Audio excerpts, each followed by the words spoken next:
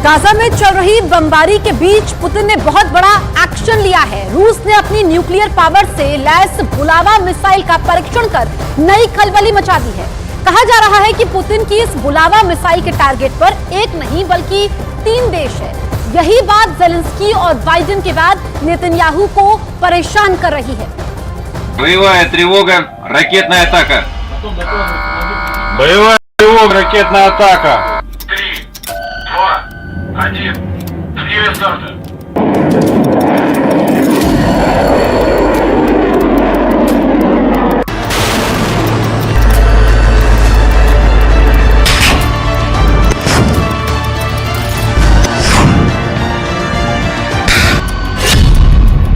Putin के nuclear बुलावा का बवंडर।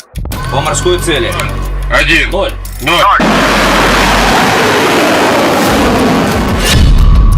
पानी वाली मिसाइल से पुतिन करेंगे विनाश।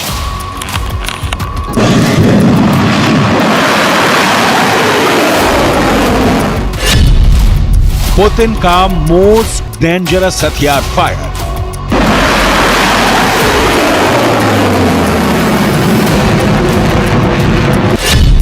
एक बुलावा 3 शिकार। पुतिन ने अपने हथियार भंडार से अब वो निकाला है जिससे तबाही की कहानी इतिहास ने ना कभी देखी ना कभी सुनी है।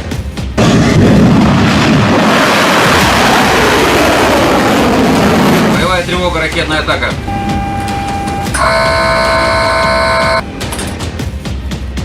रूस ने अपने हथियारों के जखीरे में एक और महाविनाशक हथियार शामिल किया है। रूस की नई परमाणु पनडुब्बी से परमाणु शक्ति संपन्न बुलावा मिसाइल दागकर रूस ने सफल परीक्षण किया है। यह बुलावा मिसाइल अमेरिका तक मार कर सकती है। रूस की परमाणु चालित पनडुब्बी इम्पीरेटर अलेक्जेंडर 3 ने न्यूक्लियर हथियार ले जाने में सक्षम बुलावा बैलिस्टिक मिसाइल का परीक्षण किया। 3, 2, 1. Время старта.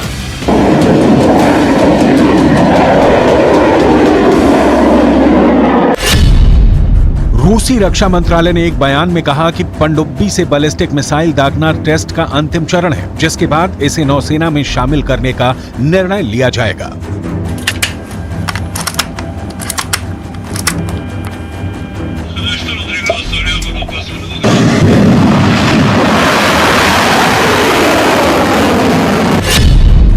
रूस की ओर से जारी बयान के मुताबिक मिसाइल रूस के उत्तरी तट के पास सफेद सागर में पानी के नीचे लॉन्च की गई। अंतर महाद्वीपीय मिसाइल ने रूस के सुदूर पूर्व में मौजूद कामचटका प्रायद्वीप पर एक टारगेट पर हमला किया। इस दौरान मिसाइल ने हजारों किलोमीटर का सफर तय किया और टारगेट को हिट किया। वाशिंगटन डीसी से लेकर कीव तक, तेल अवीव से लेकर मिस्र तक खौफ का नया माहौल पैदा हो गया है। बुलावा मिसाइल की बात करें तो ये 12 मीटर लंबी है, जिसकी रेंज लगभग 8000 किलोमीटर है। ये अपने साथ 6 न्यूक्लियर हथियार ले जा सकती है। रूसी नौसेना की ये एक बड़ी ताकत है।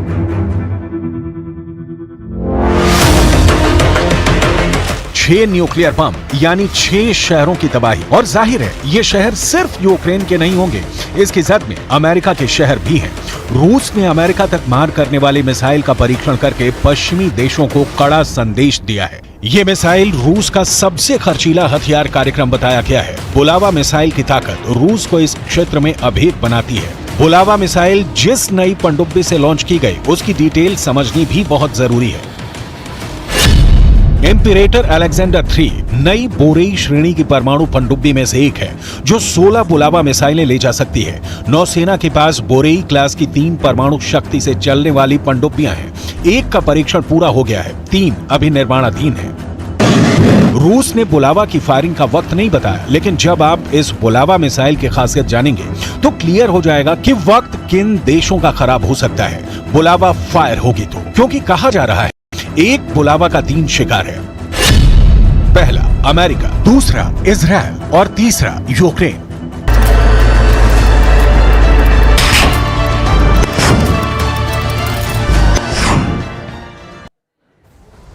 इजराइल का दावा है कि गाजा के अस्पतालों में हमास ने अड्डे बना रखे हैं, इसलिए वो आसपास हमास के अड्डों को टारगेट कर रहा है और इन हमलों में आम आदमी की भी मौत हो रही है। तो वहीं फिलिस्तीन इसे खुद का नुकसान बता रहा है।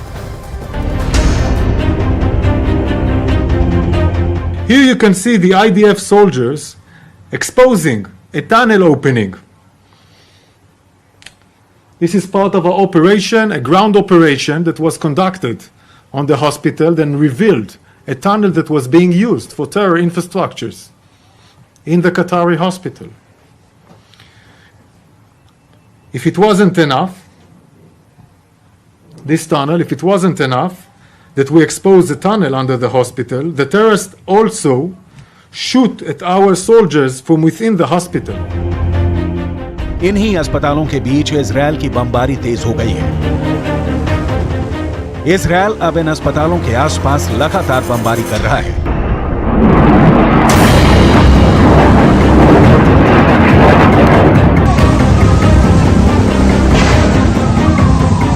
ऐसे ही कई हमलों के बाद हमास ने भी जवाबी कार्रवाई की और उत्तरी इजरायल में कई शहर उसके टारगेट बने।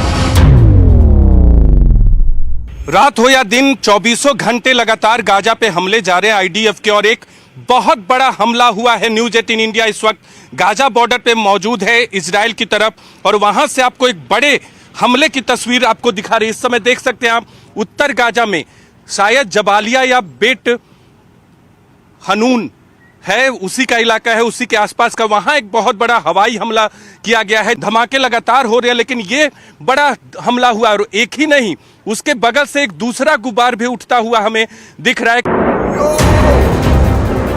हमास के रॉकेट को रोकने का दबाव बहुत ज्यादा है, और अब हिजबुल्लाह की तरफ से भी जो प्रेशर आया है उसे इजरायल का आयरन डोम भी नहीं झेल पा रहा। इस वीडियो को देखिए जिसमें आयरन डोम से निकली मिसाइल फेल हो गई और लौटकर वापस इजरायल में ही आ गिरी। इस वीडियो से पता चलता है कि अब आयरन डोम बहुत ज्यादा दबाव में है।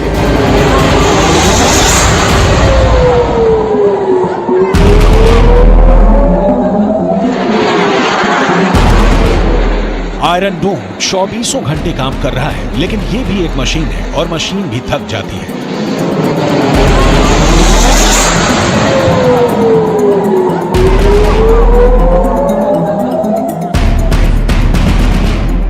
रॉकेट हमलों के बीच इजरायल का दावा है कि गाजा के अस्पतालों के नीचे हमास के अड्डे बने हुए हैं, जहां हथियारों से लेकर फ्यूल सब कुछ छुपा कर रखा जाता है, लेकिन इजरायल अभी तक कोई ठोस सबूत नहीं दे पाया है।